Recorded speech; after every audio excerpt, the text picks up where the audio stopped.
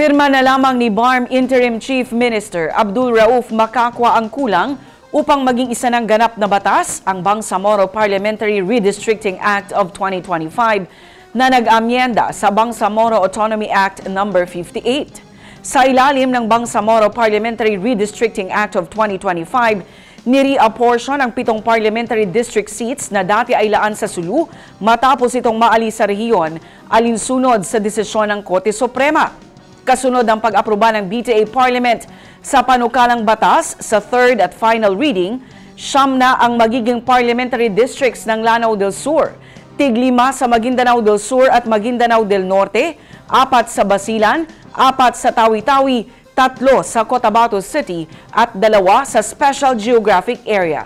Ang detalye sa report. Sa botong 35 yes, 1 no at 0 abstention, tuluyan ang inaprubahan ng Bangsamoro Parliament ang Bangsamoro Parliamentary Redistricting Act of 2025 sa ikatlo at pinal na pagbasa.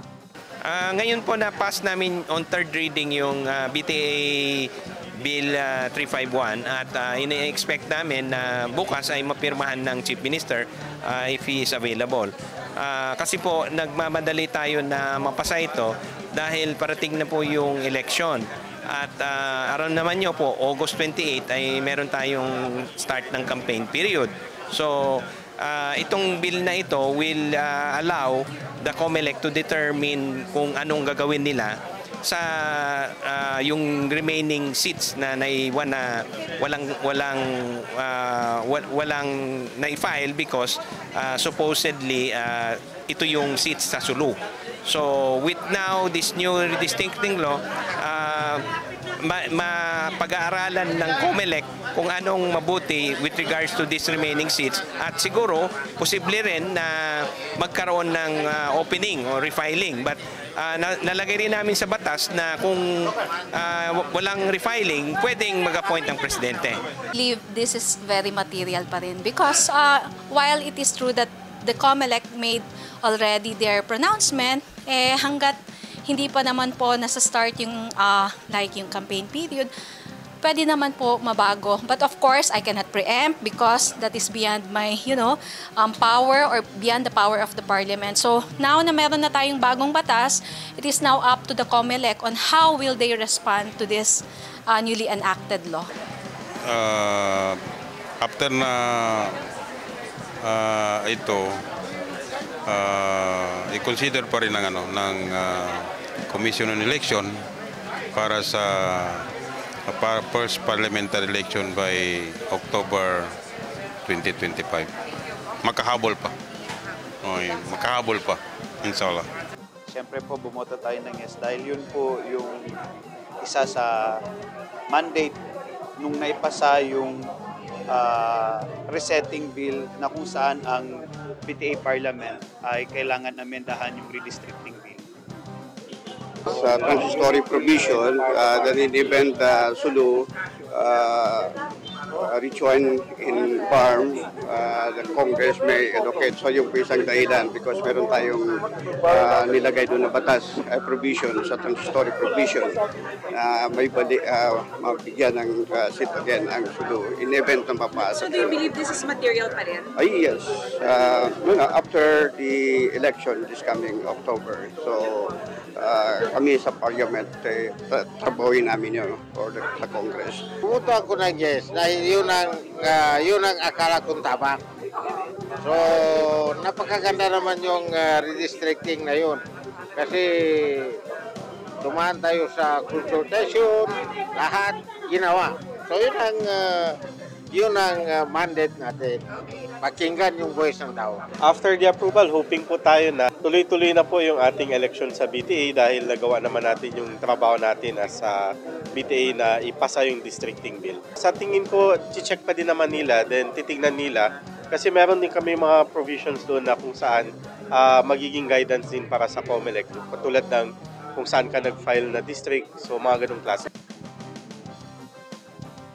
Sa ilalim ng Bangsamoro Parliamentary Redistricting Act of 2025, nire-apportion ng 7 parliamentary district seats na dati ay laan sa Sulu matapos itong maalis sa rehiyon alinsunod sa desisyon ng Korte Suprema. Kasunod ng pag-aproba ng BTA Parliament sa panukalang batas sa third at final reading, 9 na ang parliamentary district sa Lanao del Sur, 5 sa Maguindanao del Sur at Maguindanao del Norte, 4 sa Basilan, 4 sa Tawi-Tawi, 3 sa Cotabato City at 2 sa Special Geographic Area. Ang naaprobahang bersyon ng batas ay nakaayon sa pinakahuling 4.5 million population sa rehiyon.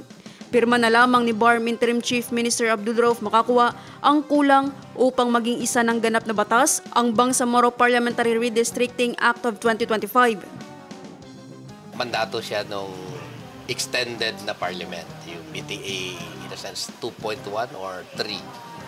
Kasali yun dahil ang provision ng batas, nire-reset natin yung election para magkaroon ng time yung BTA to enact a law that will reapportion the 7 seats of Sulu.